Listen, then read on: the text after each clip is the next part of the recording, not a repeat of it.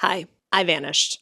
And last time it was because of the pregnancy blues, but this time it was because I was energized. That energy started back in September when I was in Florida. If you've just stumbled upon this video, hi there. I was in Florida back in September because I was taking my son to meet his extended family, which is a little bit out of the ordinary because I'm a single mother by choice, and my son was conceived with the help of my gay best friend. So my little boy was meeting his grandmother, grandfather, step-grandmother, 5 cousins, that whole side of the family, aunts and uncles. And it was a great trip, except for the fact that I got laid off during it. So I kind of expected after that layoff that I would feel, hopeless, downtrodden, broke, definitely feel broke. But everything else, it's kind of just had this different kind of energy. I've been really excited and hopeful. I felt really full in the way that I thought that I would being a mom, despite the fact that I don't have a way to support myself. Thankfully, if you've been here before, I live with my mom and she has been helping, bankroll the situation. And then I take care of her. I do all of the manual labor in the house and stuff. So it's even, and I've promised her many, many vacations and fancy things once I get my life back on track, which we'll get to here in a second. In the midst of all this energy, or probably contributing to the energy, was the fact that it was the holidays. And, Oscar had his first Halloween, and then we went right into Thanksgiving. My friend from high school came to visit with her daughter, and it was so cool to see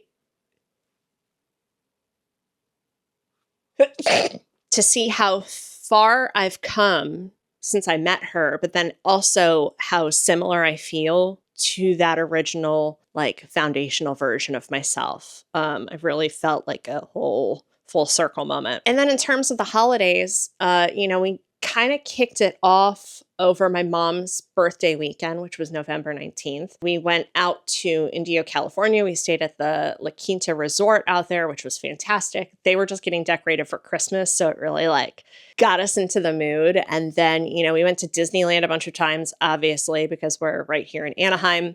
Where's Nana?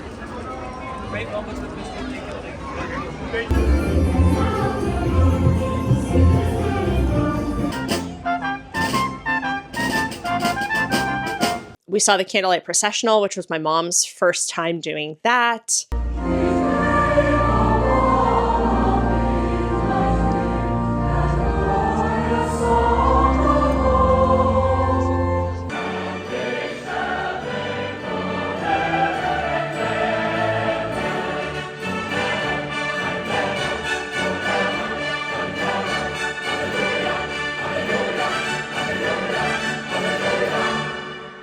We went to the Newport Beach Boat Parade, which I'd been in the past, and I had gone with a friend, and we were on his company, had rented a boat, and it was really strange. It was full of people that I didn't know or particularly like. And there was a lot of drinking, and it just wasn't my scene.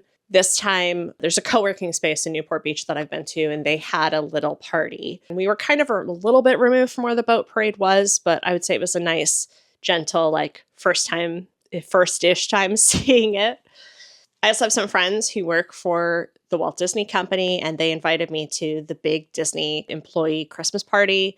And that was where Oscar met Buzz Lightyear, and he met Donald Duck, and he met Santa Claus, and there was hot cocoa and apple cider and lots of free hot dogs, the food of the holiday. That was really great. There were just so many things that I was doing and keeping in mind the whole time that it was Oscar's first and he loves lights, and we were singing Christmas music to him all the time, and he was so happy and just jolly, and he's my little elf, and I love him so much.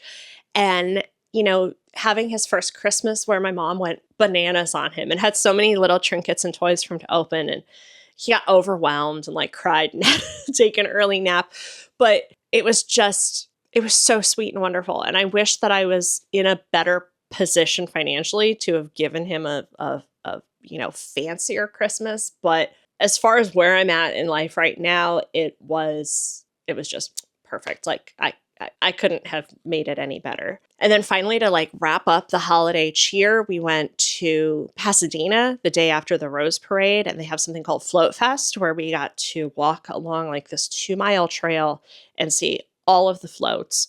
It wasn't supposed to rain that day, and it very much did. Mommy doesn't look happy. Sad bear. It was so cool to see the floats up close, even though they were waterlogged and some of the stuff had fallen off. Kermit wasn't nearly as green as I believe he was supposed to be, but it was still so fun. And that's definitely like a New Year's tradition. Like that's something I want to take Oscar to every year. We brought him home after that, and he was just a raring to go. As far as he's concerned, like developmentally, everything is on track. He's a little late, I'd say, maybe to crawling. He's 8 months old this week, and he's really good at rolling around on his belly and like cobra pose and stuff like that. I'm not concerned. I'm just enjoying like every single second of him. He's fantastic. He's a little crabby this week, so I know that next week is going to be a whole new slew of developmental milestones. I continue to be so happy that I did this single mother by choice route, and the way that I did it with Michael as my partner from afar and my mom as my partner here, it's just really great. It's just that I don't have an income right now. But let's talk about that. As if holiday festivities weren't enough, I've kind of quietly been building a startup since September. Like a true Capricorn, work, building, it might as well be considered my love language. I don't decompress by resting. I decompress by building, working on business ideas or thinking about how I can like bump up my LinkedIn or figuring out a new side hustle. Even if I don't follow through with them, it's like puzzle building for me. It's just like really exciting. So while I was applying to jobs in the entertainment industry, outside of the entertainment industry, because we'll get into it, it's just not, I don't think it's for me anymore. I was slipping into founder mode. I've always played with business ideas, but this really seems to have hit the right place at the right time. And my focus has been so entirely on this. What is this? I'm not going to tell you right now. I've gone from ideation to kind of playing around with those ideas, and I am now cementing them. Once they are cemented and trademarks are filed and some legal stuff has been dealt with, that's when I'm going to share it with you. But I am happy to share how I got here. And I would say maybe next month I can say something. So if you're interested in hearing more, stay tuned, subscribe for sure. I just needed to make sure that this thing had legs before I gave it a microphone. Those early ideas are so fragile. But this one's getting tougher. This one's growing a skin on it. Oh, that sounds gross. This one's got legs. I started the backup plan to document IVF. And then after pregnancy, I restarted it to focus on like my motherhood and co-parenting journey. Now it's this, founding a company, starting something new. And the through line here has always been building my life without a template, because apparently I don't like easy paths or other people's instructions. I simply must do it myself. So the way this channel is going to work moving forward, I'm still going to talk about motherhood. I'm still going to talk about co-parenting with my mom. Michael still is going to make appearances, obviously, but just know that this stuff is going to come up with this new company. And, you know, as I was contemplating how I was going to treat the backup plan in this new year in 2026, I said to myself, like, I've got to share what I'm doing here. And if I'm totally honest, sharing my IVF journey on YouTube, I feel like it made me go through with the thing. Not that I wouldn't have on my own, but there was just something about like the accountability of sharing what I was doing every single week. There was kind of this cadence and this roll to it. And it was like, yeah, no, I'm going. It's happening. I'm doing this thing. And I didn't do it for YouTube, but having some level of accountability, I feel like really gave me motivation to keep going when times got tough.